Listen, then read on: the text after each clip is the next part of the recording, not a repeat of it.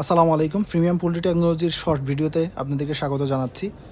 আপনারা দেখতে পাচ্ছেন একটি চমৎকার কোয়ালিটির একেবারে বিগ সাইজের double clip auto cup drinker, যেটা সম্পূর্ণ চায়না ব্র্যান্ডের একেবারে প্রিমিয়াম কোয়ালিটি।